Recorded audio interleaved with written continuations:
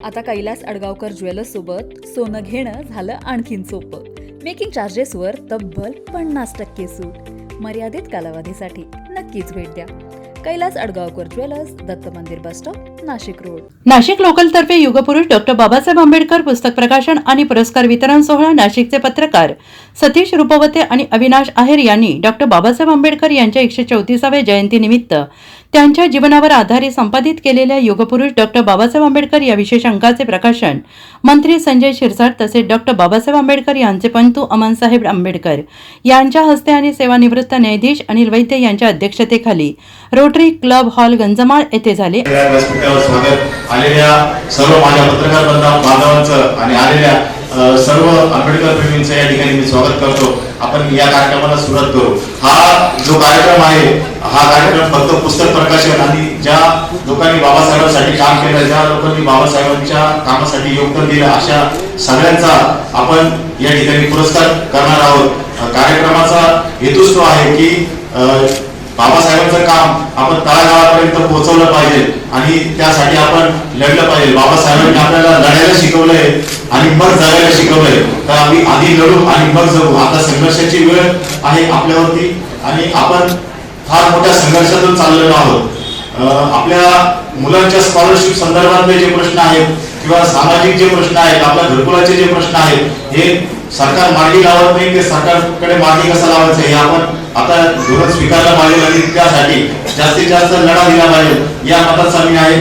पत्रकारिता करताना काही लोकांचा निश्चित मी काही निर्णय घेतो ना, तर आपल्याच थोडेसे कास्तात काड्या करणार ते थोडे काहीतरी कॉमेंट्स करतात. लक्ष देऊ नका, लक्ष देऊन विचलित होऊ नका.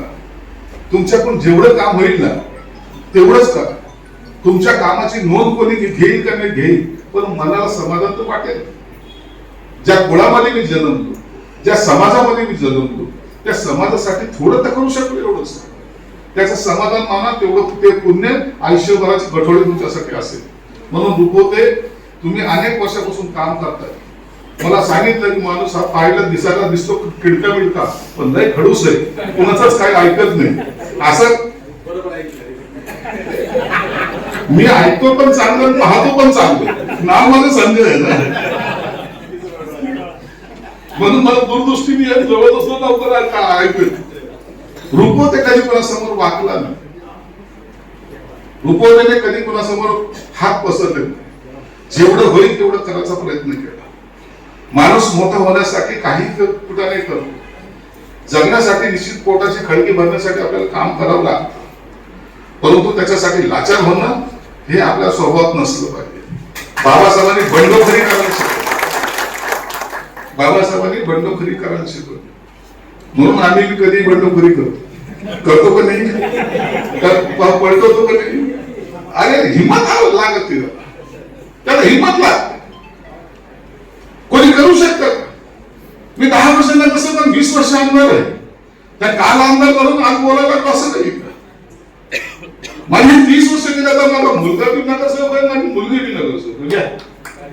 म्हणजे आपण टेन्शन नाही. बाबासाहेबांमध्ये सत्तेत राहा आणि सत्तेत राहून आपलं काम करा, त्याला अधिकार प्राप्त.